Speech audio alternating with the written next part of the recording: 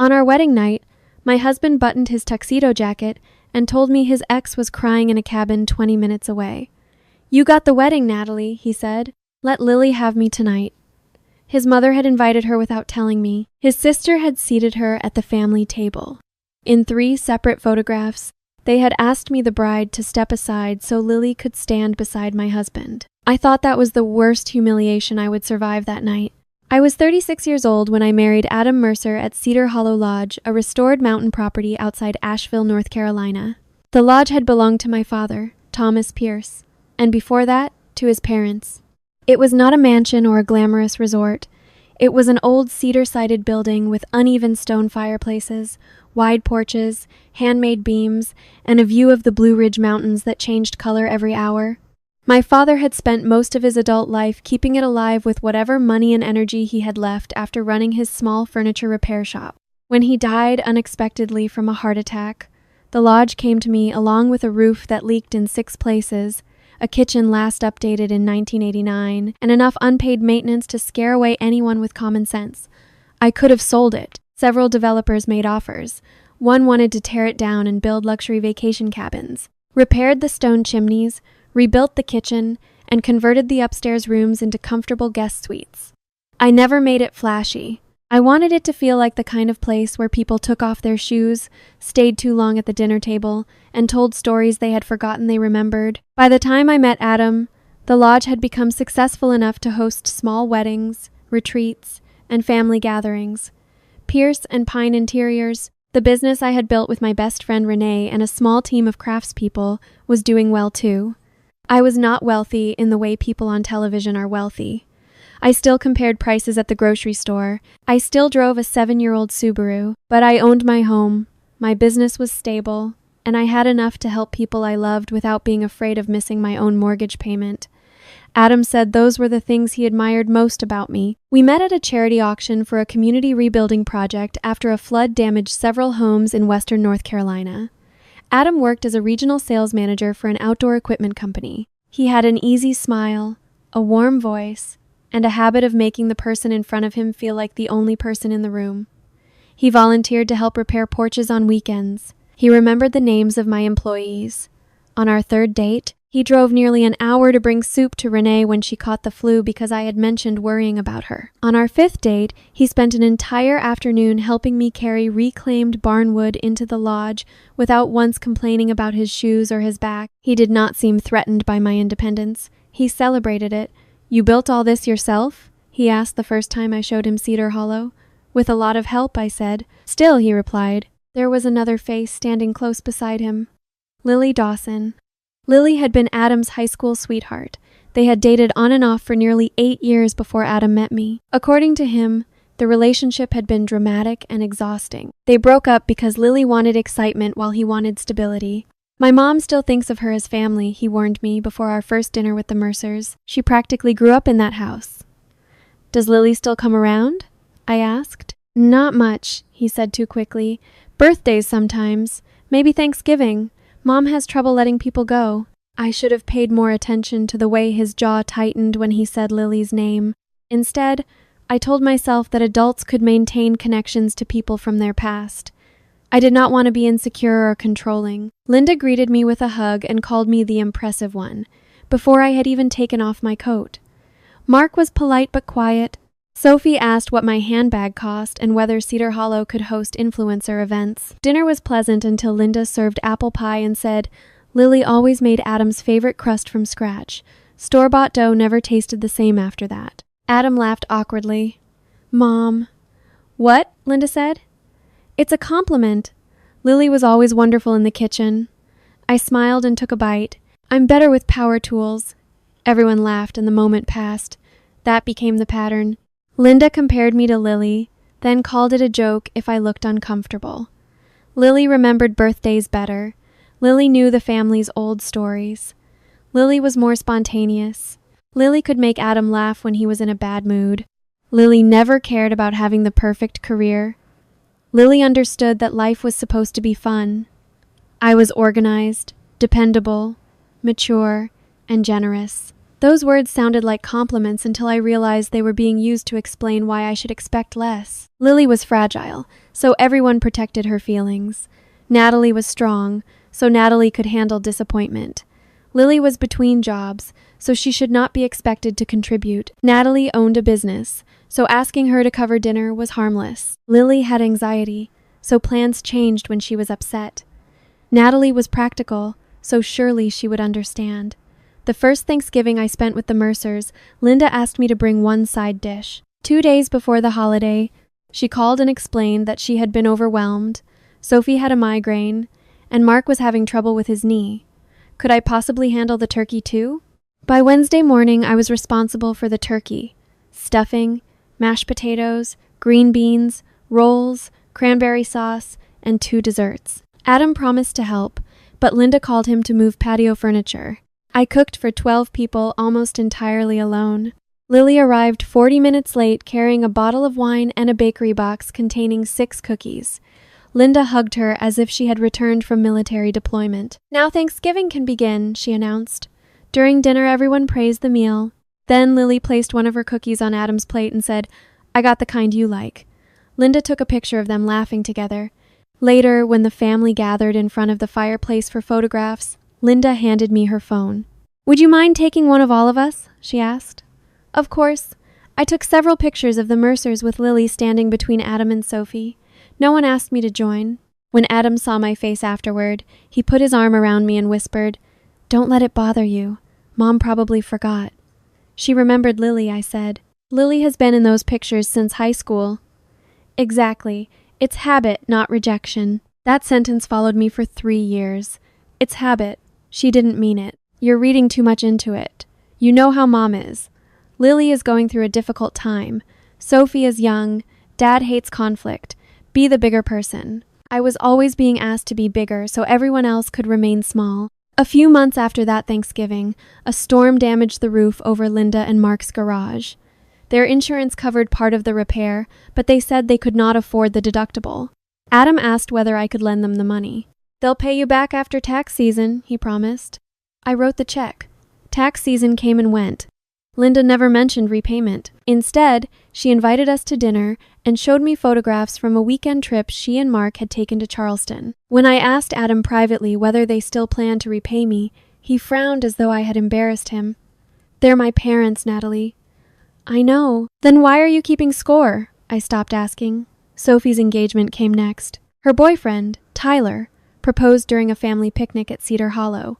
I had offered the lodge for the afternoon because Sophie said she wanted something intimate. Without telling me, Linda invited 40 people and hired a photographer. Sophie arrived in a white dress. There were flower arrangements, champagne, and a custom cake. I paid the caterer after Linda claimed there had been a misunderstanding about the deposit. That evening, Sophie posted 23 photographs on Instagram with the caption, "The beginning of our forever, surrounded by the people who made us who we are."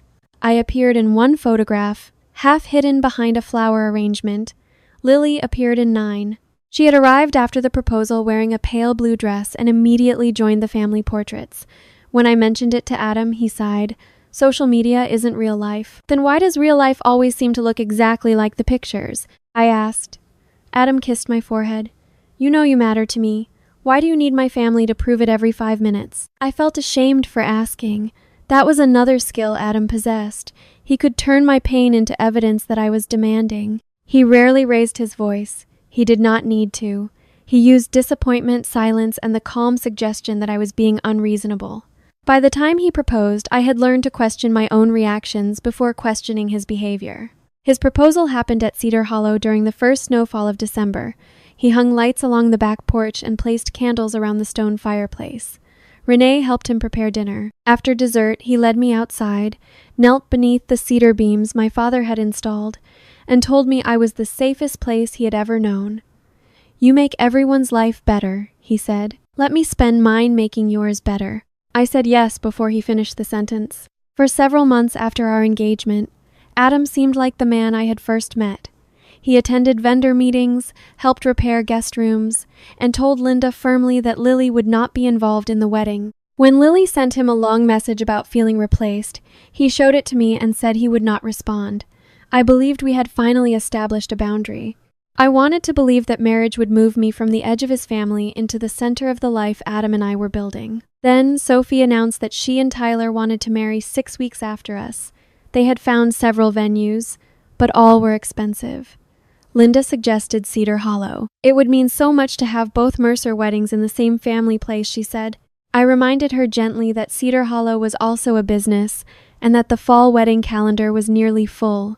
Sophie's eyes filled with tears. I thought I was going to be your sister. You are. Then why are you talking to me like a client? Adam squeezed my hand beneath the table. Later he asked me to make an exception. She's family, he said.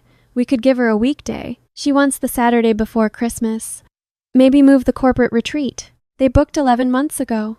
Natalie, it's one weekend.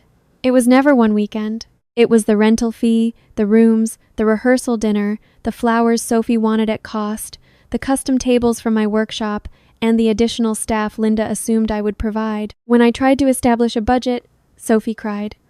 Linda accused me of putting a price tag on love. Adam told me I was making everyone uncomfortable. In the end, I agreed to host the wedding without charging for the venue. I also agreed to provide the tables and help with the design. I told myself it was a wedding gift. I did not yet understand that when people feel entitled to your generosity, they never experience it as a gift. They experience it as the minimum you owe them. The first real crack in my trust appeared 6 months before our wedding. Adam left his tablet at Cedar Hollow while he drove into town. I was using it to check a playlist when a message appeared across the screen. The group chat was titled Mercer Family Only. I would normally never have opened a private conversation, but the preview contained my name. Sophie had written, "Did Natalie approve the winter wedding menu yet?" Linda replied, "Not officially. Adam needs to keep her calm until after their wedding. Once she feels secure, she'll stop being so rigid." Sophie sent a laughing emoji. Then Lily wrote, "She won't say no if Adam asks in bed." My hand went cold. I opened the conversation. There were months of messages.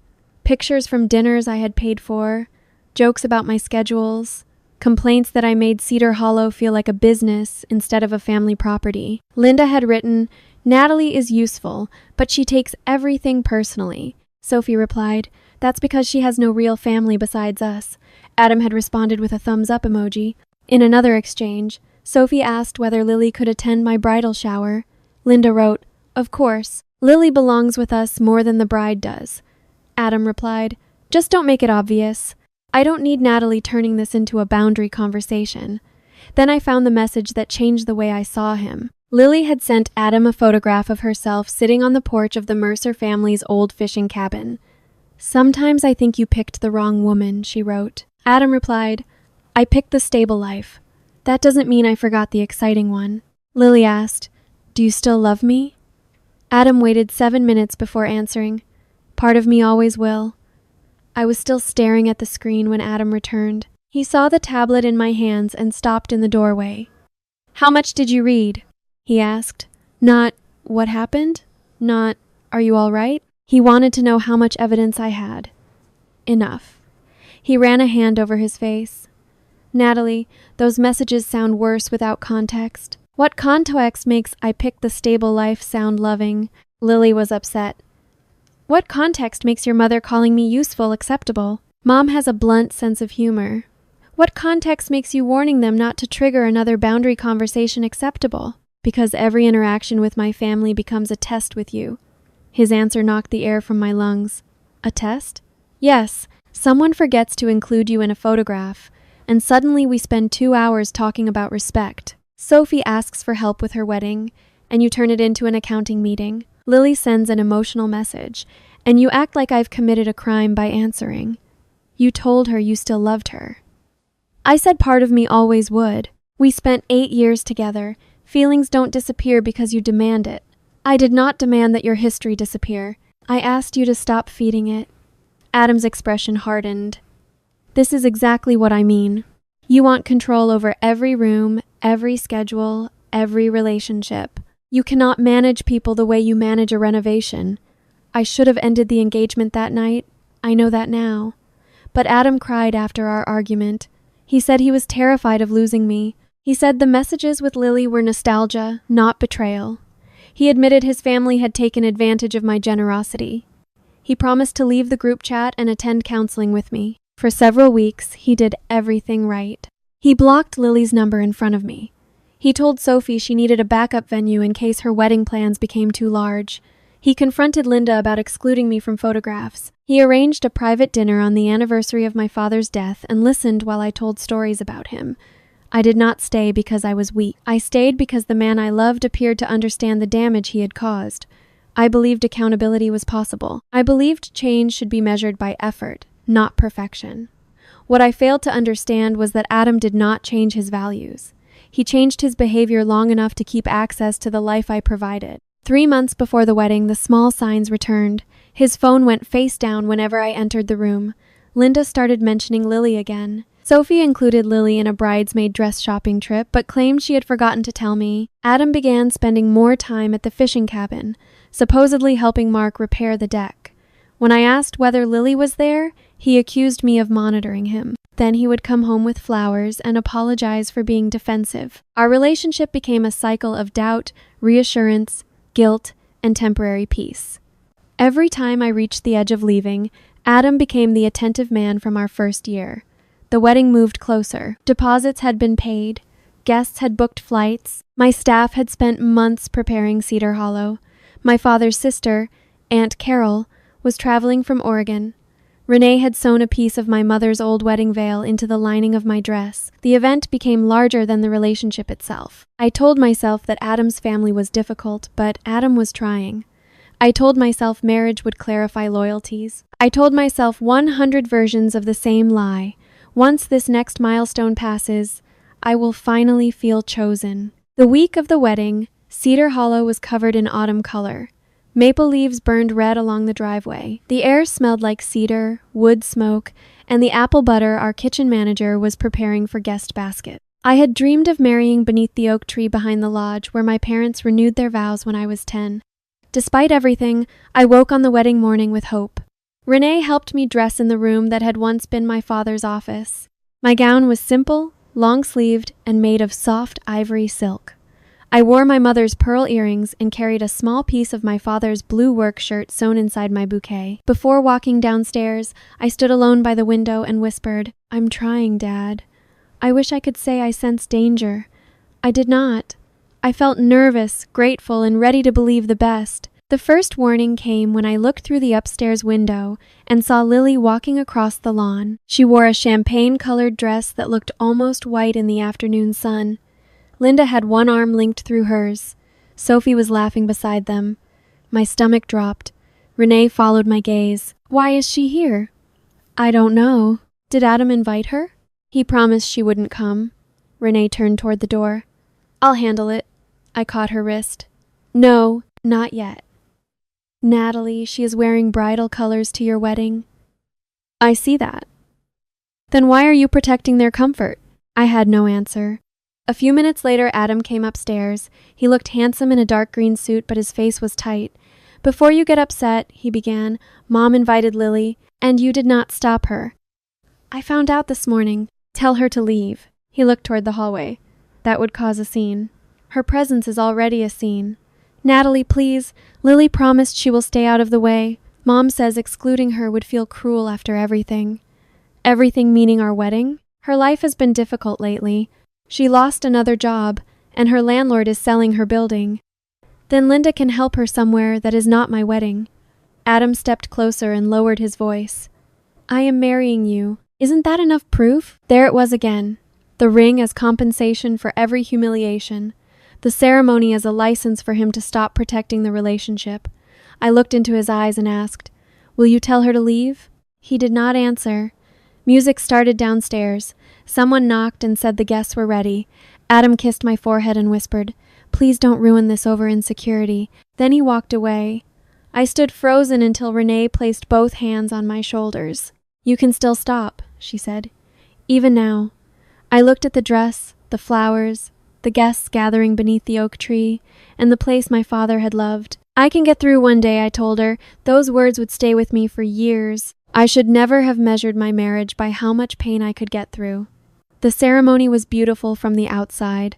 That is the danger of photographs. They preserve light, flowers, clothing, and smiles. They do not preserve the pressure in a bride's chest when she sees her husband's ex seated in the second row beside his mother. They do not capture the way his hand stiffens when that woman begins to cry during the vows. They do not show the moment a bride realizes her groom is looking over her shoulder. Adam promised to forsake all others. I listened carefully. His voice did not shake.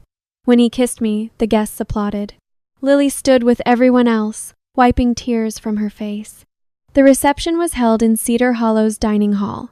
My employees had transformed the room with candles, eucalyptus, white roses, and long tables made in my father's old workshop. For the first hour, I tried to be present. I danced with Aunt Carol. I hugged clients who had become friends. Renee gave a toast about the years we spent rebuilding the lodge. Adam's best man told funny stories from college. Then Linda took the microphone. She welcomed me to the Mercer family and said she hoped I understood what a gift it was to marry into a family that never abandoned its own. Some people have been part of our hearts long before paperwork or ceremonies, she said, looking directly at Lily. Real family makes room. Several guests glanced at me. Adam stared at his plate. Lily smiled through fresh tears. Linda raised her glass. To making room for everyone. I could hear Renee inhale sharply beside me. I touched her arm before she could stand. Not tonight, I whispered. Why not tonight, she whispered back. Because I don't want my wedding remembered as a fight. They are already making it something worse. After dinner, the photographer called the immediate family outside for sunset portraits.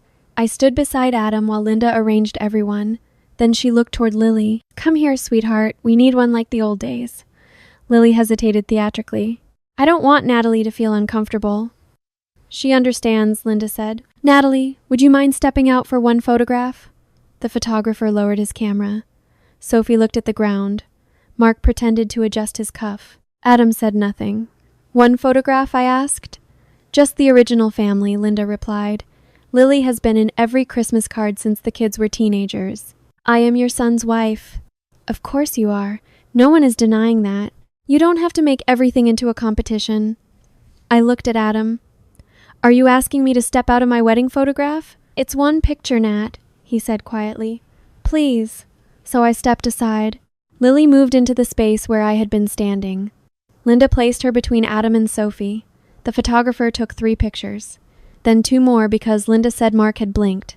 I stood 15 feet away holding my bouquet while strangers walking near the lodge smiled at me, assuming I was waiting for my turn.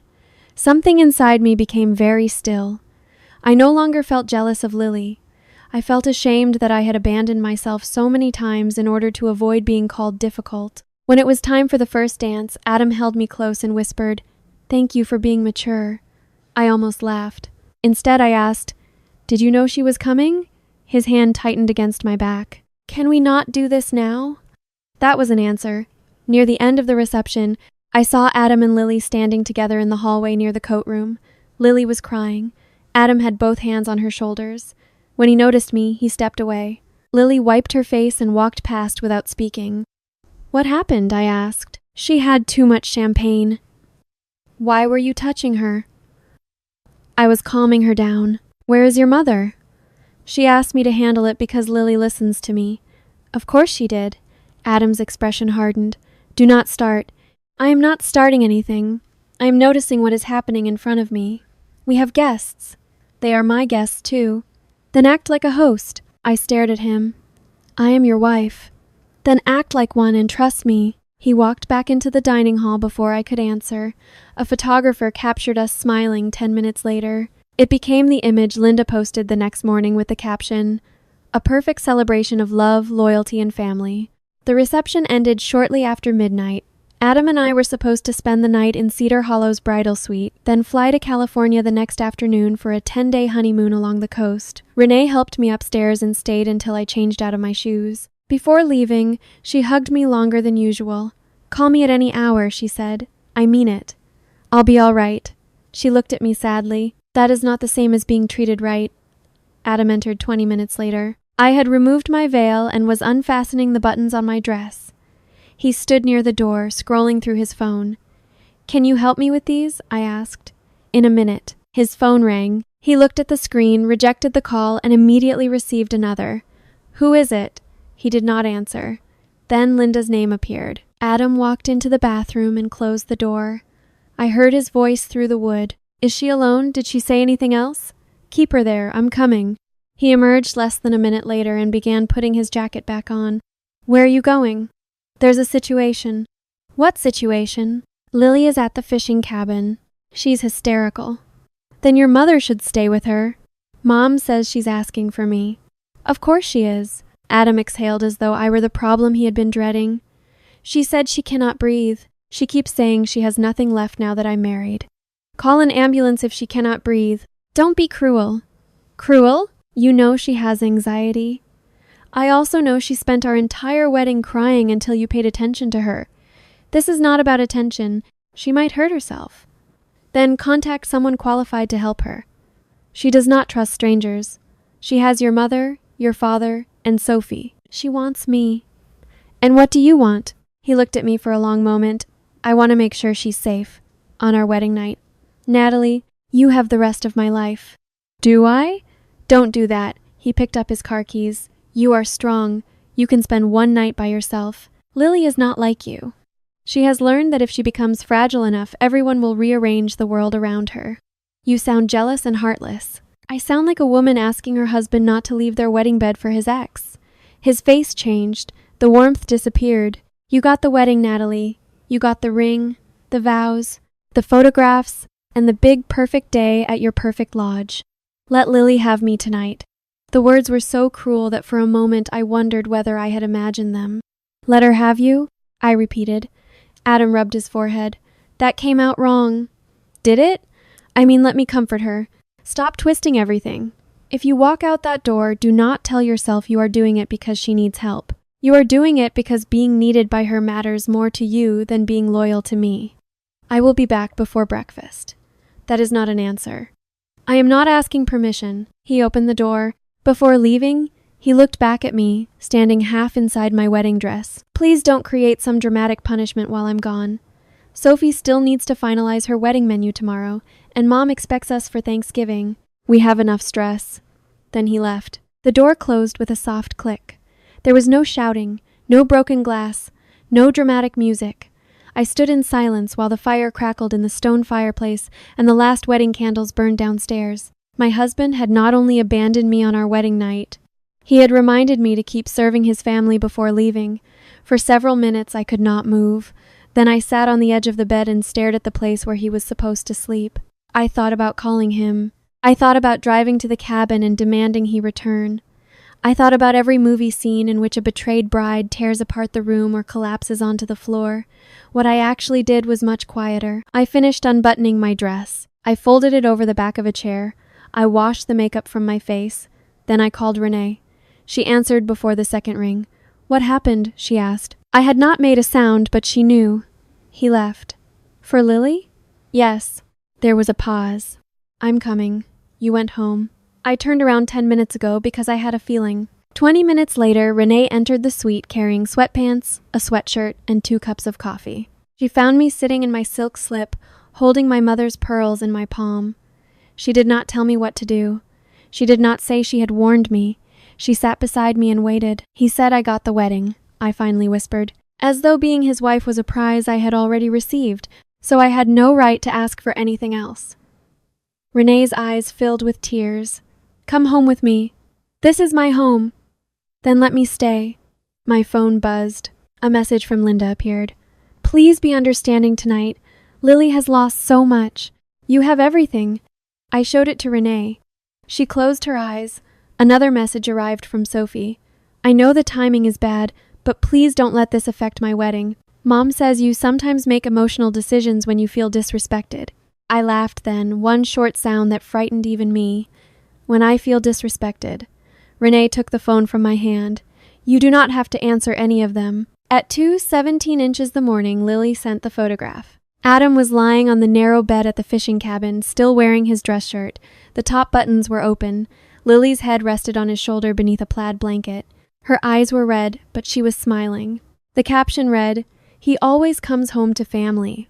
Some bonds cannot be replaced by paperwork. I stared at the picture until the shapes lost meaning. Adam had looked into a camera while lying beside her. He knew she was taking it. Whether they had sex did not matter. Whether he intended the photograph to reach me did not matter. He had chosen to humiliate me with his presence, his silence, and his certainty that I would remain available. Renee reached for my phone. Do not respond to her. I'm not going to. What are you going to do? I looked around the room. Wedding flowers covered the dresser. 2 champagne glasses waited beside a bottle we had never opened. Our suitcases stood near the door with airline tags attached. I am going to stop confusing patience with love. I called the airline and canceled my ticket. Adam's ticket remained active because I did not care where he went. I removed him as an authorized user from the household credit card I had opened for wedding expenses. I changed the access codes to Cedar Hollow and to my house in Asheville. I emailed Sophie a brief message explaining that Cedar Hollow would no longer be available for her wedding and that my staff would send her a list of other venues on Monday. Then I wrote Adam one sentence. You chose the person and the family you wanted. I am finally choosing myself. I turned off my phone. Renee and I spent the rest of the night removing nothing and destroying nothing. We simply sat near the fire until morning. At dawn, the mountains turned pale blue beyond the windows. I had watched that view through my father's death, financial fear, failed renovations, and years of loneliness. I realized the lodge had never required me to beg for a place inside it. I belonged there because I had cared for it, and it had held me in return. Adam returned at 7:30. He entered through the side door using the old code, then discovered the bridal suite empty. By then, Renee and I were in the kitchen downstairs drinking coffee with Elena Morales, my operations manager, who had arrived early to supervise cleanup. Elena had worked beside me for 8 years. She had seen the Mercer family use the lodge for free dinners, engagement parties, birthday celebrations, and holiday weekends. She never criticized them openly, but the look on her face when I told her what had happened was unmistakable. What do you need from us? She asked. I need the wedding decorations removed, carefully. Donate the flowers to the hospital and the assisted living center, box everything else, and the Thanksgiving setup? Keep it. For the Mercers? No. I had not yet decided who would sit at the table, but I knew who would not. Adam found us 20 minutes later. His tuxedo shirt was wrinkled. His hair was damp from the morning mist. He looked irritated rather than ashamed. Why doesn't my code work? He demanded. Elena glanced at me. I nodded and she left the room with Renee. Good morning, I said. Do not do that calm voice. What voice would you prefer? You canceled the honeymoon, my ticket, our trip. There is no us. His expression shifted as he realized I was serious. Natalie, I told you I would come back. You did. Nothing happened. Something happened the moment you left. Lily had a panic attack. She recovered quickly enough to take photographs. Adam's face drained. What photograph? I turned my phone toward him. He stared at the image. She sent that to you? She wanted me to understand my place. I didn't know she would do that, but you knew she took it. She said it was just for her. That sentence does not help you. He sat across from me and rubbed both hands over his face. I was exhausted. She was crying. I lay down for a few minutes. You told me to let her have you. I said it wrong. You said exactly what you believed. I married you. You keep repeating that as though marrying me erased everything you did afterward. You are overreacting because you are humiliated. I am humiliated, but I am not overreacting. His eyes narrowed. What did you tell Sophie? That she needs another wedding venue. He stood so quickly that the chair scraped across the floor. You cannot punish my sister for something I did. I am not punishing her. I am no longer providing a free venue, free staff, free furniture, free design work, and free meals to people who discuss me in a group chat called Mercer Family Only. We already talked about that. You apologized. Then you invited Lily to our wedding, asked me to step out of my own family photograph, and left me for her before the flowers had wilted. I did not invite her. You allowed her to stay, because throwing her out would have hurt Mom, and protecting me would have required disappointing them. He stared at me. I asked the question I should have asked years earlier. Adam, when have you ever chosen me when choosing me cost you something? His mouth opened, but no answer came. I proposed to you, he finally said. That benefited you. I moved into your house. That benefited you too. I helped with the lodge. For a few weekends, my employees did the work. I defended you to my family.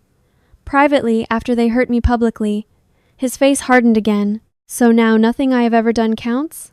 It counts. It simply does not outweigh what you have shown me. We are married, Natalie. You cannot end a marriage after one night. It was not one night. It was every time you watched them exclude me and asked me to smile. Last night was simply the first time I stopped pretending. He paced to the window. Mom is going to lose her mind. Thanksgiving is in 4 days. Your mother has a kitchen. She has not bought anything. She expects us to host. Then she should go shopping. This is vindictive. No, vindictive would be trying to hurt you. I am only removing access to me. You know, Sophie cannot afford another venue. She had a budget before I was pressured into becoming the budget. You promised her, and you promised to forsake all others? He flinched. For the first time that morning, shame crossed his face. It lasted only seconds. Then his phone began ringing. Linda. He rejected the call. It rang again. Answer it, I said. No. Why, she has always been part of our marriage. That's unfair. Is it? He finally answered and walked toward the far end of the kitchen. Linda's voice was loud enough for me to hear. What did she do? Sophie is hysterical. Tell Natalie she cannot cancel the venue. We already sent invitations. Adam lowered his voice. Mom, I am handling it. Did she see the picture? Lily said she made a mistake. Mom, you need to calm your wife down. We cannot let her blow up the whole family because she is jealous. I walked over and held out my hand. Adam hesitated, then gave me the phone. Linda, I said. Natalie, thank goodness. Listen, I know last night looked inappropriate, but Lily was in a dark place. You would not want something terrible on your conscience. If you believed Lily might hurt herself, why did you send your married son instead of calling for professional help? She trusts Adam. So did I. Linda went silent. You are making this about yourself, she said. It was my wedding night. Exactly. You had an entire day focused on you. Lily had to watch the man she grew up loving marry someone else. Then she should not have attended. She is family. And what am I? You are Adam's wife. She said it as if wife were a technical role, like accountant or emergency contact. Not family, not daughter, not loved. A position with duties. Not anymore, I said. Don't be ridiculous. Marriages have difficult nights. This marriage had one night, Linda. Adam spent it with Lily. He was comforting her. While she photographed them in bed. You are 36 years old. You should be more secure than this. Security is not tolerating humiliation. Sophie's wedding will not be held at Cedar Hollow. Thanksgiving will not be hosted here for the Mercer family. The access code has been changed. Linda inhaled sharply. You cannot lock family out of a family property. Cedar Hollow is not Mercer family property. Adam is your husband. That did not make you treat me like family yesterday. After everything we have done for you, this is how you repay us? I almost asked what they had done. Then I realized she truly believed allowing me to serve them had been generosity on their part. Goodbye, Linda. I ended the call and handed the phone back to Adam. His face was pale with anger. You had no right to speak to my mother that way. You had every opportunity to speak for me. You chose not to. I need time to think. Take all the time you need somewhere else. You are throwing me out? The house was mine before you moved in. Renee will be there while you collect what you need today. The rest can be picked up later. You planned all this overnight? No. I finally acted on what I have known for months. His eyes filled with tears. Did you ever love me?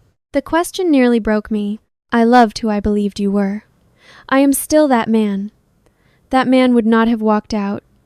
Adam left Cedar Hollow shortly before 10. He did not apologize. He said I would calm down and regret making permanent decisions while emotional. He took our car because his truck was at my house. He expected me to stop him. I did not. For the rest of Saturday, my staff dismantled my wedding. We folded table linens, packed candles, removed signs bearing our names, and carried unopened wine back into storage. The process was almost gentle. The wedding disappeared piece by piece until Cedar Hollow looked like itself again. At noon, a local florist arrived to collect the arrangements for delivery to the hospital. She recognized me as the bride and started to congratulate me. Elena quietly told her the wedding had ended. The florist looked at the flowers, then at me, and asked whether I wanted to keep my bouquet. I considered it before shaking my head. Take it somewhere it can mean something good. By evening, photographs from the wedding had begun appearing online. Linda posted the sunset family portrait, the one without me. Adam stood beside Lily beneath the oak tree. The caption read, No matter where life takes us, family roots remain. Sophie commented with 3 heart emojis. Lily shared it to her story with the words, "Some bonds survive everything." Less than 12 hours after my husband left our wedding bed for her, his family publicly displayed her in the place where the bride should have been. Renee wanted to respond. Elena wanted to post the complete sequence of photographs showing Linda asking me to step aside. Aunt Carol called from the airport and offered to confront the entire Mercer family herself. I did nothing. Silence was not weakness anymore. This time, it was refusal. I refused to audition for sympathy from people who had watched me be humiliated and decided it was acceptable. I refused to explain my pain to an audience that preferred a prettier lie. Sunday morning brought 43 missed calls and more than 100 messages. Adam wrote, "Please come home so we can discuss this privately." He was sitting in my house when he sent it. Linda wrote, "A good wife does not abandon her husband after his first mistake." Sophie wrote, "You are destroying my wedding because you are jealous of Lily." Mark wrote, "I have always stayed out of the women's drama, but this has gone too far." Lily wrote, "I'm sorry you misunderstood the photo. Adam was only comforting me. Punishing his family proves why he never felt emotionally safe with you." That message hurt more than I wanted to admit because it echoed Adam's language. Emotionally safe, controlling, cold, difficult. They had built a shared vocabulary in which my boundaries were abuse, and their entitlement was love. I turned off notifications and spent Sunday at my house with Renee while Adam packed. He had already moved most of his clothing into suitcases when we arrived. He stood in the bedroom where he had lived for almost 2 years and looked around as though I were stealing something from him. "I thought you would have changed your mind," he said. "I haven't. Where am I supposed to go? Your parents have a guest room." Mom and Sophie are both furious with me. "Lily has a cabin." His expression twisted. "Stop making it sound disgusting." "I do not have to make it sound like anything." He picked up a framed photograph from our trip to Savannah. "Were any of these moments real to you?" "Yes." "Then how can you erase them?" "I'm not erasing them. I am refusing to let good memories negotiate against current reality." "You sound like you're giving a speech." "I have spent 3 years trying to say this in ways that would not upset you. We can go to counseling." "We already did." "We can find someone new." "You knew what you were doing when you left." "I thought Lily might hurt herself." "Then why did you take off your jacket, lie in her bed, and pose for a photograph?" He looked away. She kissed me. The room became silent. Renee was downstairs, giving us privacy, but I suddenly wished she were beside me. "Before or after the photograph?" I asked. Adam said nothing. "Did you kiss her back?" For a second. I gripped the dresser because the floor seemed to move. Until that moment, a small part of me had still wondered whether I was ending everything over an emotional betrayal that could somehow be explained. Adam had waited until he was leaving my home to tell the truth. "Anything else?" I asked. "No." "Do not lie now." We stopped. "Because you remembered you were married?" Because she started crying again. Even his restraint had been about Lily's emotions, not mine. "Take your things." "Natalie." "Take them and leave. Please do not tell my family about the kiss." I stared at him. "That is what you are worried about?" "Mom will blame Lily. Sophie will lose her mind. It will make everything worse." "You are still protecting her." "I am trying to prevent more damage." The damage already happened to me. He left with 3 suitcases, 2 boxes, his golf clubs, and the espresso machine I had given him for Christmas. Before driving away, he stood beside his truck and waited. I watched from behind the curtain, knowing he expected me to run outside. After 5 minutes, he got in and left. That night, I finally cried. Not elegant tears. Not a single cinematic tear rolling down my cheek. I sat on the kitchen floor with my back against the cabinets and sobbed until my ribs hurt. I cried for the wedding I had wanted. I cried for the years I had spent translating disrespect into misunderstanding. I cried because I still loved him, and because loving him did not change what I had to do. Renee sat on the floor beside me. She did not tell me I was strong. She did not say, "Everything happened for a reason." She handed me tissues, brought water, and remained there until I could breathe again. "I feel stupid," I whispered. "You trusted someone who worked very hard to be trusted." I saw the signs. Seeing a sign is not the same as knowing how far the road goes.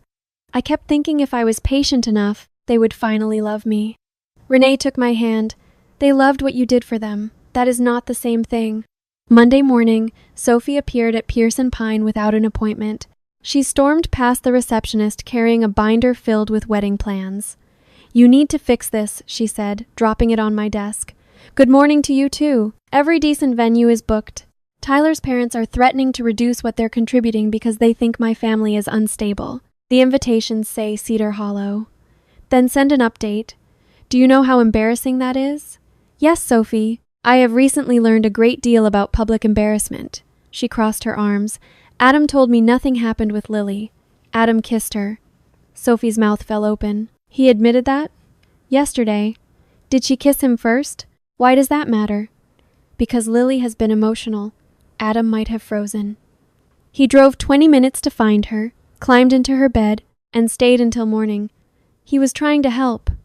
"You all use that word as though helping Lily requires hurting me." Sophie sat down. For 1 second, she looked genuinely uncertain. Then she glanced at the wedding binder. "I still do not see what my wedding has to do with it." "That is the problem. I didn't make Adam leave." "No, you simply laughed in the family chat while your mother discussed keeping me calm until I paid for your wedding. That was a joke." "Was the free venue a joke? The staff? The furniture? The menu you expected me to cover?" Her cheeks reddened. "You offered. I was pressured. No one held a gun to your head. You cried and told me I did not consider you a sister, because sisters help each other." "When have you helped me?" Sophie blinked. "I was a bridesmaid." "You arrived late to every fitting, refused to give a toast, and helped your mother place Lily at the family table. Lily would have been alone." "I was alone, Sophie. At my own wedding." She looked toward the window. "Mom said you would make this dramatic. You came into my office demanding tens of thousands of dollars in services after your brother abandoned me for another woman. Which one of us is making this about the wrong thing?" She stood and grabbed the binder. "You are going to regret pushing away the only family you have. People who threaten abandonment when you stop paying were never family." Sophie's eyes filled with tears, but this time I did not move to comfort her. "I hope Cedar Hollow stays empty on my wedding day," she said. "I hope you sit there alone and realize what you destroyed." "The lodge will not be empty." "What?" "We have booked a nonprofit retreat for that weekend. They were originally scheduled for January, but they were happy to move." Her face changed as she understood that her date no longer waited for her. "You replaced my wedding already?" "I returned the date to my business." "You really are cold." "No, Sophie. I am finished being useful to people who call me cold whenever I notice they are using me." She left without another word. An hour later, Linda began posting on Facebook.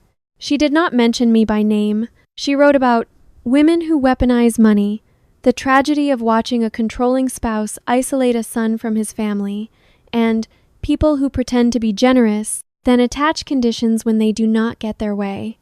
Friends of the Mercer family filled the comments with prayers and heart emojis. One woman wrote, "Family should never be locked out over a misunderstanding." Another wrote, "A wife must understand that a mother and first love know a man in ways she never will." I read every comment. Then I closed the app. By Tuesday, Adam had moved into his parents' guest room. He sent messages every few hours. Some were apologetic. Some blamed me. Some sounded like the man I loved. Others revealed the man who had left. "I know I hurt you, but canceling Sophie's wedding is making reconciliation harder. Mom is not eating because of the stress. Lily has offered to stay away if you let me come home. I miss our bed. You cannot throw away 3 years because of one kiss. Please pay the truck insurance before it lapses. I will reimburse you Friday." That last message clarified everything.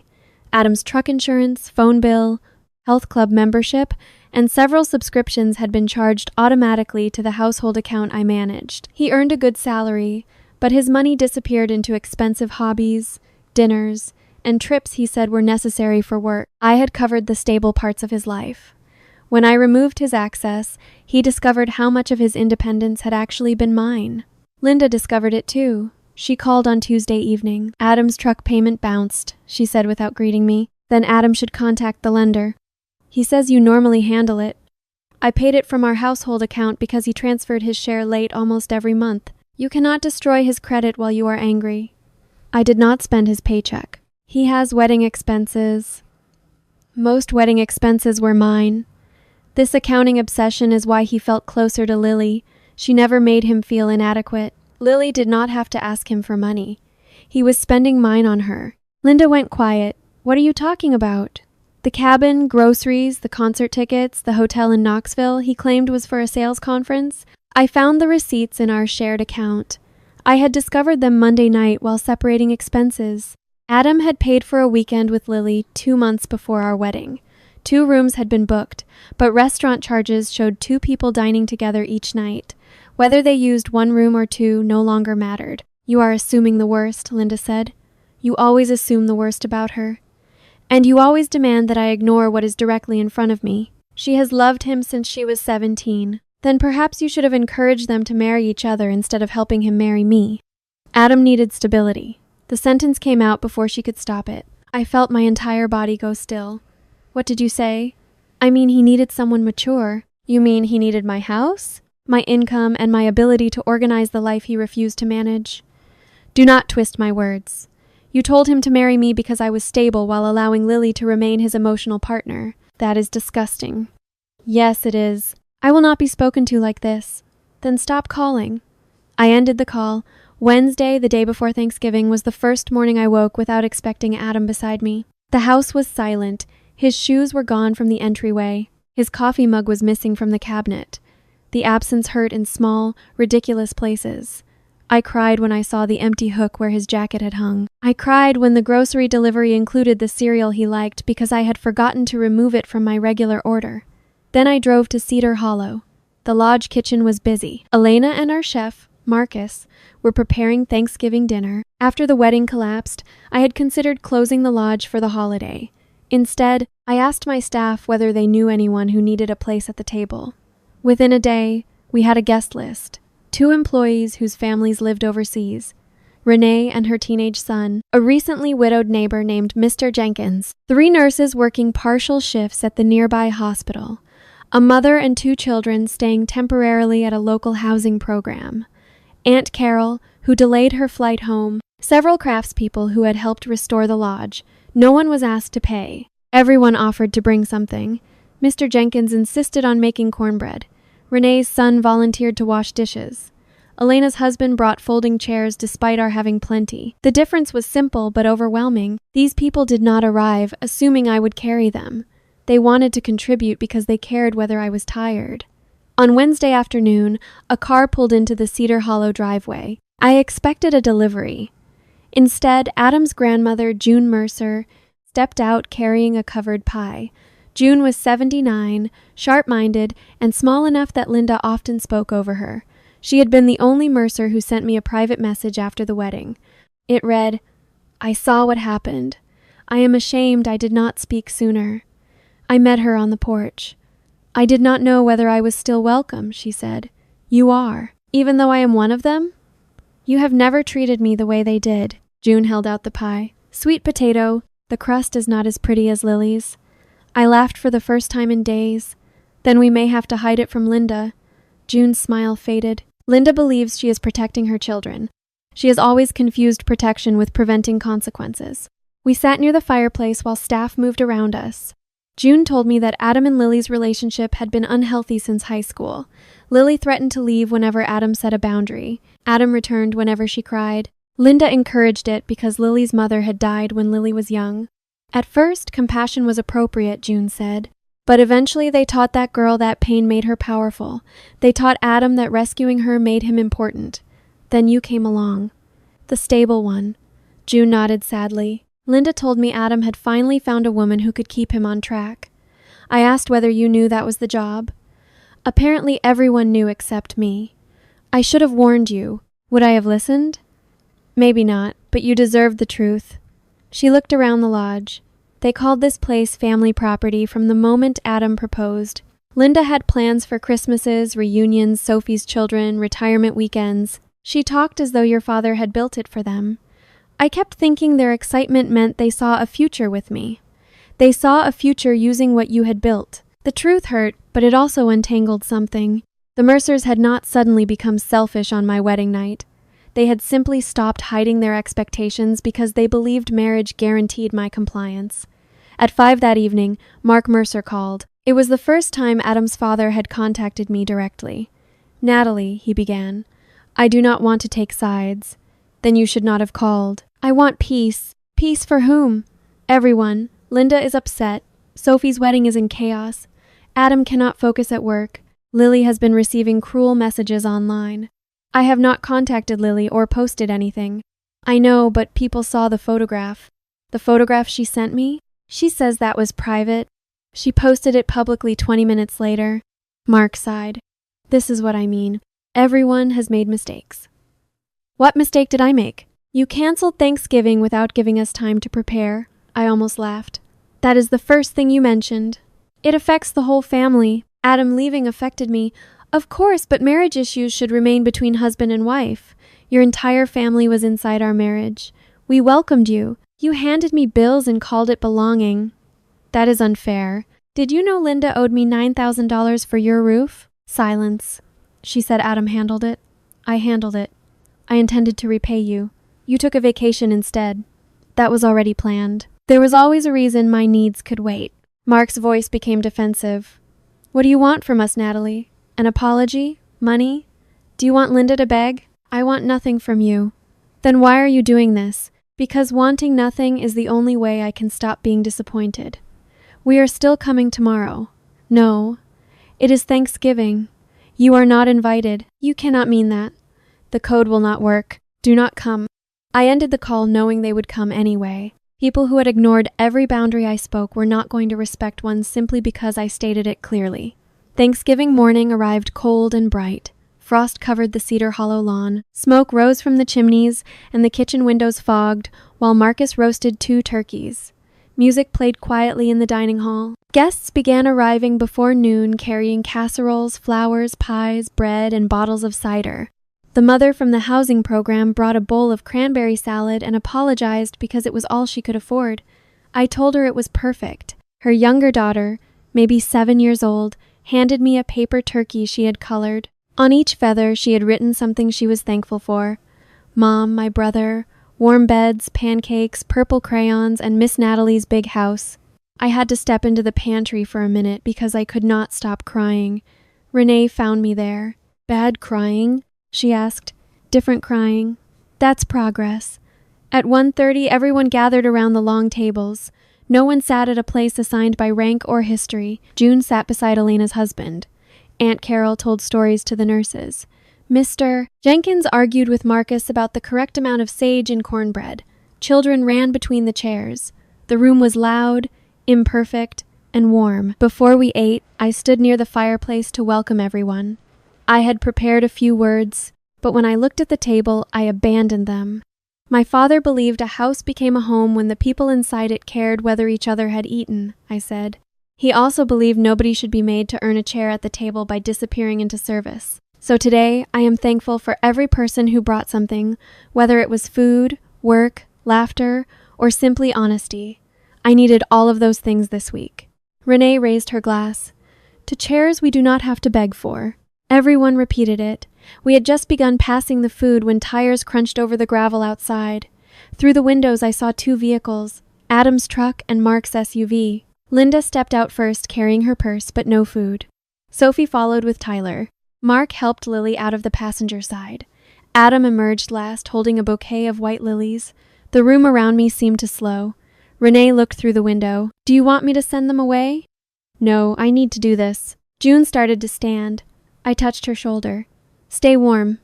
I walked through the entry hall and stepped onto the porch, closing the door behind me. The Mercers climbed the steps, wearing the expressions of people arriving late to an event they still considered theirs. Linda looked through the windows at the crowded dining room. Who are all those people? She demanded. My guests. You replaced your family with strangers? They were invited. Sophie crossed her arms. This is unbelievable. You told Dad Thanksgiving was canceled. Thanksgiving with the Mercer family was canceled. Adam held out the flowers. Can we talk inside? No. It's freezing. Then you should return to your cars. Linda moved toward the door. I stepped in front of it. She stopped, stunned. You are seriously locking us outside? I told Mark not to come. We knew you were emotional. We assumed you would calm down when you saw everyone. Lily stood slightly behind Adam, wrapped in a cream coat. I did not want to come, she said softly. Linda thought it would help if we all talked. You had several opportunities to stay away from my home. Her eyes filled with tears almost immediately. I apologized about the photograph. You said I misunderstood it. Because nothing happened. Adam looked at me. Natalie, please, we came to make peace. You brought the woman you left me for. She is part of the situation. She has always been part of our relationship because you kept inviting her into it. Sophie glanced through the window. Is Grandma in there? Yes. Linda's face hardened. You invited my mother but excluded me? June asked whether she was welcome. You announced that you were coming after being told no. She is turning Grandma against us, Sophie said. The front door opened behind me. June stepped onto the porch wearing the cardigan I had given her the previous Christmas. No one turned me against anybody, she said. I simply reached the age where silence began to feel like lying. Linda stared at her. Mom, go inside and get your coat. We're leaving. I have a coat. You know what I mean. Yes. You want me to obey before the neighbors see you being contradicted. Mark looked toward the parking area. Several guests had noticed the confrontation through the windows. Can we lower our voices? He asked. That has been your solution for 40 years, June told him. Lower the voices until no one has to address the behavior. Adam stepped closer to me. I made a terrible mistake. I admit that. I should not have left. I should not have kissed Lily. Linda spun toward him. You kissed her? Lily's face went white. Adam, you said you were not going to tell them. The front door opened again. Renee stood inside, holding it slightly ajar. The dining room had become quiet. Every person at the tables could hear us now. Adam glanced toward the windows, humiliated. This is why I wanted to talk privately. You had privacy on our wedding night, I said. You used it with Lily. Linda turned on Lily. You told me nothing happened. Lily's voice shook. He kissed me too. You told Natalie you were having a panic attack, June said. I was upset. Upset enough to take photographs? I was not thinking clearly. You were thinking clearly enough to write that he always comes home to family, I said. Lily looked at Adam. You said she would understand? I stared at him. You told her that? Adam's eyes closed. I was trying to calm her down. What else did you tell her? Nothing. Lily laughed bitterly. That is a lie. Adam turned toward her. Stop. Why? You already ruined my life to save yours.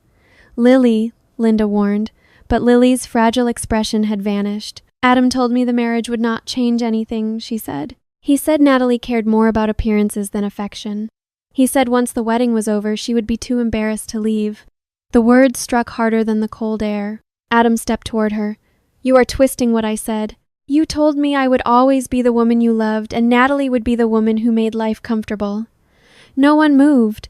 Lily looked at me with something between shame and resentment. He said the lodge would eventually feel like family property. He said Sophie could get married here, Linda could host holidays, and we could still meet at the cabin when you traveled for work. Sophie's face changed. You and Adam were planning to keep seeing each other? He said Natalie would never find out.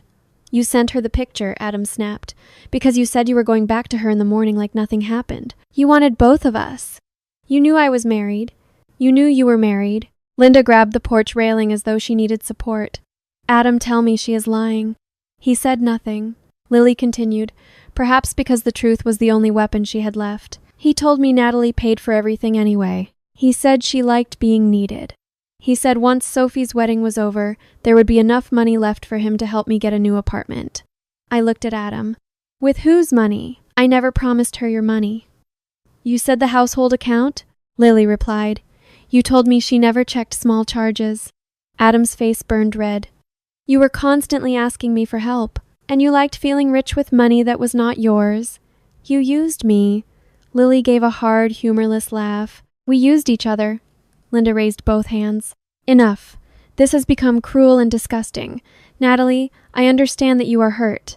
Adam has admitted his mistake. Lily is obviously unstable. But dismantling an entire family will not heal you. I did not dismantle your family. You canceled Sophie's wedding. I stopped paying for it. You locked us out of Thanksgiving. I stopped hosting you. You cut off Adam's bills. I stopped supporting a man who betrayed me. It is the same thing, Linda insisted. No, June said. It only feels the same to people who believed her labor belonged to them. Linda looked at her mother. You have no idea how much I have done to keep this family together. I know exactly how you kept it together, June replied. You chose the person least likely to complain and loaded everything onto her back. Natalie offered to help. Once, Then you converted generosity into obligation. June pointed toward the dining room. That woman restored this lodge while grieving her father. The first time you visited, you asked whether Sophie could have engagement photographs here. The second time, you asked her to host Easter. The third time, oh, you brought Lily without warning.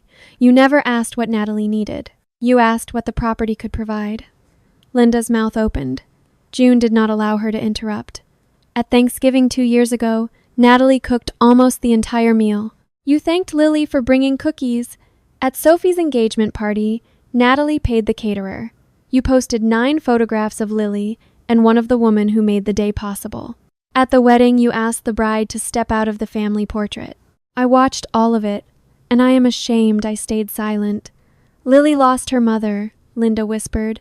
Natalie lost both of her parents, June said. But because Natalie did not collapse in front of you, you decided her grief required no care. The porch became completely silent. Even Sophie looked away. June's voice softened, but that made the words sharper. You did not welcome Natalie into this family. You hired her without telling her, paid her in temporary affection, and called it love. Linda's face crumpled. Mark stared down at his shoes. Adam looked as if someone had struck him. Behind us, no one in the dining room moved. I felt tears pressing behind my eyes, not because June had rescued me, but because someone had finally named what I had spent years trying to explain. Linda recovered first. So what do you want us to do? She asked me. Stand here and let you humiliate us in front of strangers? I asked you not to come. We came because families do not abandon each other during conflict. Adam abandoned me on our wedding night. He came back. That is not loyalty. That is assuming I would still be waiting. Adam stepped forward, his eyes wet. I am sorry. What are you sorry for? Everything. Name it. He glanced at the people watching through the windows. Not here. You wanted to come inside. This is the conversation you brought to my door. His lips trembled. I am sorry I left. I am sorry I kissed her. I am sorry I let Mom invite her. I am sorry I asked you to step out of the photograph. Why did you do it? Because I did not want to upset them. And why was it acceptable to upset me? He began crying. Because I thought you would stay. That was the most honest thing he had ever told me. He had not chosen Lily because she was more beautiful, younger, or more exciting. He had not chosen his mother because their bond was deeper. He chose them because they made their love conditional and dramatic. He believed mine was stable enough to neglect. You thought my love meant I had nowhere else to go, I said. I thought we were permanent. Permanent does not mean available for mistreatment. I know that now. You know it because there are consequences now. Let me prove I can change. You had 3 years. I was afraid of losing my family, so you sacrificed me to keep them comfortable. I did not understand what I was doing. You understood enough to hide it. He covered his face. Linda began crying too. Sophie stood beside Tyler, who had said nothing. Then Sophie looked at me. What am I supposed to do about my wedding? The question was so perfectly selfish that several people inside the dining room audibly exhaled. Tyler turned toward her. Sophie. What? We sent invitations. My dress is fitted for that room. The decorations matched the lodge. I looked at her for a long time. You are going to plan a wedding you can afford. That means cutting the guest list in half. Then invite the people you genuinely want there. You know Tyler's family will judge us. Tyler's expression hardened. My family suggested a smaller wedding from the beginning. Sophie turned on him. Not now. Actually, now seems appropriate, he said. I did not know Natalie was paying for all this. You told me your parents had arranged it. She offered. No, I said. I offered the venue after being pressured. The rest appeared one request at a time. Tyler looked at Sophie with open disappointment. We need to talk. Do not take her side. This is not about sides. You let me believe your family was paying for a wedding while your brother's fiancée was covering it. She was going to be my sister. You asked your sister to step out of her own wedding photograph? Sophie's face went pale. That detail had reached Tyler for the first time. He stepped away from her. Mark finally spoke. We should go. Linda looked through the window at the food. We brought Grandma. We drove 40 minutes. Surely we can sit down and eat before deciding anything. I almost admired the entitlement. After every confession, every accusation, and every exposed lie, she still expected me to feed them. No, I said. Natalie, Mark pleaded. It is Thanksgiving. Yes, and I am thankful I finally learned the difference between being loved and being useful. Linda's expression turned bitter. You are enjoying this. No, I am grieving in front of you, and you still think my pain is a performance designed to punish you. What kind of person locks people out on a holiday? The kind who ask them not to come. Adam moved closer. Just let me stay. They can leave. Give me 10 minutes inside. No. I have nowhere else I want to be. That was true 4 nights too late. I love you. You loved the certainty that I would remain. Please, when you walked out of the bridal suite, you believed I would still be there in the morning? When you returned from Lily's bed, you believed I would still take you on a honeymoon. When you moved into your parents' house, you believed I would keep paying your bills. When you came here today, you believed I would still set a plate for you. Every choice you made was built on the same assumption that I would never choose myself if it meant disappointing you. He looked down. I was wrong. Yes. Lily began walking toward the driveway. Linda called after her. Where are you going? Home. You need to help fix what you caused. Lily stopped. I did not make him marry someone he did not respect. I did not make you invite me. I did not make any of you treat Natalie like an employee. You encouraged him, Sophie said, because all of you kept telling me I belonged. Lily laughed bitterly. You used me too. You wanted me around whenever Adam needed excitement, but you wanted Natalie paying for the stable life. Do not pretend I was the only selfish person here. She looked at Adam. And do not call me again. You told me you had access to this lodge, her house, and a future you did not build. Without Natalie, you are just a man living in his mother's guest room and asking why his truck payment bounced. Adam's face twisted. So that is all I was to you? What did you think Natalie was to you? Lily asked. He had no answer. She walked to the road and called for a ride. Linda stared after her, devastated not by Lily's betrayal of me, but by the collapse of the story she had protected for years. I opened the front door wider, but not for them. Cold air had entered the dining room, and the children were watching. June, you should come inside before you get sick. Linda's voice became small. Mom, are you really staying? June looked at her daughter with sadness. I love you, but loving you does not require participating in this. So you choose her? No, I am choosing the table where people were invited. June stepped inside. Adam watched her go. Then he looked at me one final time. Is there truly nothing I can say? There was. At the wedding, in the photograph, in the hallway, in the bridal suite. You had 100 moments to say, that is my wife, and I will not let you treat her this way. You stayed silent every time. Now my answer is the silence you taught me. I closed the door. Adam did not pound on it. Linda did not scream. Through the glass, I watched them stand on the porch for several seconds before walking back to their vehicles. Sophie and Tyler argued quietly near the SUV. Mark got behind the wheel. Linda looked once through the window toward the table. Adam remained alone near the steps until the others called him. Then he climbed into the truck and left. No one inside applauded. I was grateful for that. This was not a victory scene. My marriage had ended 4 days after it began. I had lost the future I thought I was building. The absence of regret did not mean the absence of grief. Renee wrapped her arms around me. Elena closed the curtains. Marcus returned to the kitchen and brought out warm plates because the food had begun to cool. June took my hand and led me back to the table. The 7-year-old girl from the housing program had saved the chair beside her.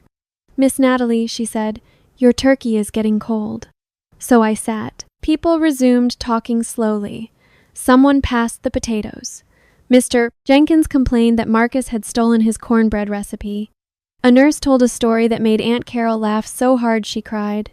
Life did not pause to honor the collapse of my marriage. That was strangely comforting. I had believed ending the relationship would leave a hole large enough to swallow everything. Instead, the room remained warm. Food still tasted good. Children still argued over roles. People still noticed when my glass was empty and refilled it without being asked. I had not destroyed a family. I had simply stopped allowing one family to consume all the space in my life. The weeks after Thanksgiving were not easy. Adam alternated between apologies and anger. He sent flowers to my office until I asked the florist to stop accepting his orders. He wrote long emails about childhood wounds, his need to rescue Lily, and the pressure he felt to keep Linda happy. Some of what he wrote was probably true. Understanding the source of someone's behavior, however, does not obligate you to continue absorbing its consequences. He began counseling. He stopped speaking to Lily. He offered to confront his mother publicly and correct the story she had posted online. "I should have done it before," he wrote. "Let me do it now." I replied once, "Do it because it is honest, not because you believe honesty will purchase another chance." He eventually posted a statement admitting that he had left me on our wedding night, kissed Lily, and allowed his family to blame me for withdrawing financial support. Linda removed her earlier posts but did not apologize. Sophie postponed her wedding. Tyler insisted they attend counseling before setting a new date. They eventually married the following spring at a small community hall with 40 guests. I was not invited, and I was relieved. Mark mailed me a check for the roof repair. It did not include a note. I deposited it and considered the matter closed. Lily moved to Charlotte. 6 months later, I heard through June that she had become engaged to someone else.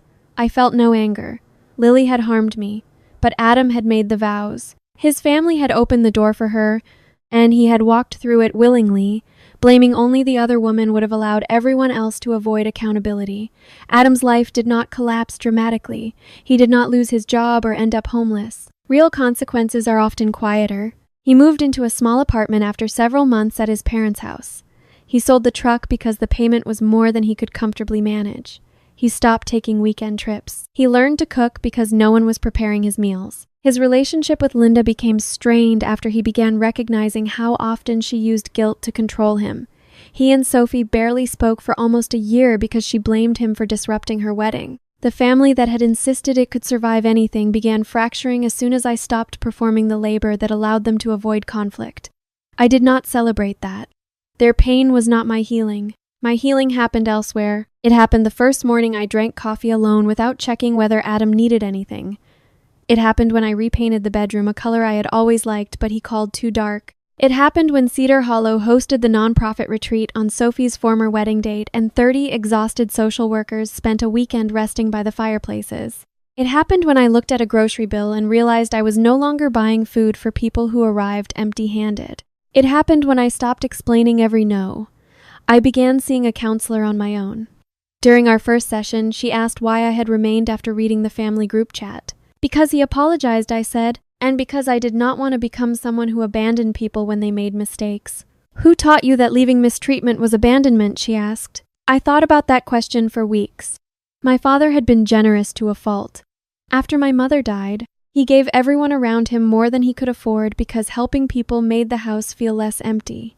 I had inherited his generosity without recognizing his loneliness beneath it. I thought being indispensable protected me from being left. If people needed my work, money, organization, property, or emotional steadiness, surely they would keep me close.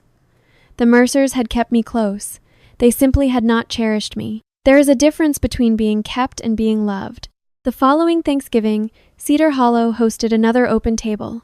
Twice as many people came. Some were friends, some were employees, some were strangers referred by a local shelter or hospital. Everyone who could bring something did. Those who could not were welcomed without explanation. We did not call it charity. We called it dinner.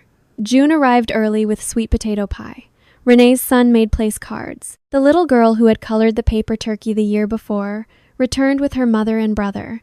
This time, she wrote a new list of things she was thankful for. One feather said, "People who open the right doors." I framed it and hung it in the lodge kitchen. Adam sent a letter that week. He did not ask me to return. He did not blame Lily or his mother. He wrote, "I finally understand that I treated your strength like permission to neglect you. I thought the people who demanded the most from me loved me the most, and I mistook your steadiness for something that did not require care. You were not difficult. You were asking me to stand beside you, and I kept asking you to stand alone more gracefully. I am sorry." I believed he meant it. I also knew believing his apology did not require reopening the door. I placed the letter in a drawer and went downstairs to help serve dinner. The marriage ended quietly on paper several months later. There was no dramatic battle. I kept what had always been mine. Adam kept what belonged to him. The most valuable thing I recovered was not the lodge, the house, or the money I stopped spending. It was trust in my own perception. A year after the wedding, I met Adam one last time at a small diner outside Hendersonville. He had asked to return my father's pocket knife, which he found in an old camping bag. We sat in a booth near the window. He looked older, not ruined, simply less protected from himself. Mom says Grandma spends every holiday with you now, he said. June chooses where she wants to be. Mom thinks you stole her. Your mother still thinks people are possessions. He smiled sadly. Probably. A waitress poured coffee. Adam turned my father's pocket knife over in his hands before placing it on the table. I used to think you were cold when you talked about boundaries, he said. Now I think you were the only person in my life who understood love cannot survive without them. I learned late too. Are you happy? I considered the question. I am peaceful. That sounds better. It is. He looked down at his coffee. Lily contacted me last month. She said she wanted closure. What did you say? I gave her the number of a therapist. I laughed despite myself. Adam smiled, then became serious. There is a part of me that will regret that night for the rest of my life. Do not build your life around regret. Build it around never doing that to anyone again. Did you ever wish I had stayed? I looked through the window at cars passing on the wet road. For a long time I wished the man I loved had stayed. Then I understood that man would never have left. His eyes filled with tears. That is fair. It is not about fairness anymore. I picked up my father's knife. It is simply true. We left separately. I did not watch his car drive away. That evening I returned to Cedar Hollow. Sunset spread across the mountains, turning the sky copper and violet. Guests were checking in for a weekend workshop. Elena was arguing with a delivery driver. Music drifted from the kitchen. The lodge was alive in the ordinary way my father had always wanted. I stood beneath the oak tree where Adam and I had said our vows. For months, I avoided that spot because I believed the memory had ruined it. But places do not belong permanently to the worst thing that happened there. I remembered my father teaching me to use a level while repairing the porch. I remembered my mother dancing barefoot beneath the tree. I remembered the open Thanksgiving table and June's words on the porch. The wedding was only one day in the life of Cedar Hollow. Adam was only one chapter in mine. On our wedding night, when he opened the door and walked toward Lily, I believed I was watching my future leave. In reality, I was watching the last obstacle between me and my own self-respect remove itself. I did not win because Adam suffered. I did not win because Linda lost access to the lodge, Sophie lost her dream venue, or Lily discovered that Adam's comfortable life had been financed by the woman she mocked. I won because I stopped negotiating for a place in a family that only valued me when I was serving it. I won because I learned that love requiring you to tolerate repeated humiliation is not unconditional love, it is unconditional access. And access can be revoked. Sometimes the strongest revenge is not destruction. It is allowing people to experience the life they created when you are no longer there to make it comfortable. I entered the lodge, closed the door against the cold, and joined the people waiting for me inside. So tell me honestly, was I cruel for locking my husband and his family out on Thanksgiving, or was closing that door the first truly loving thing I had ever done for myself?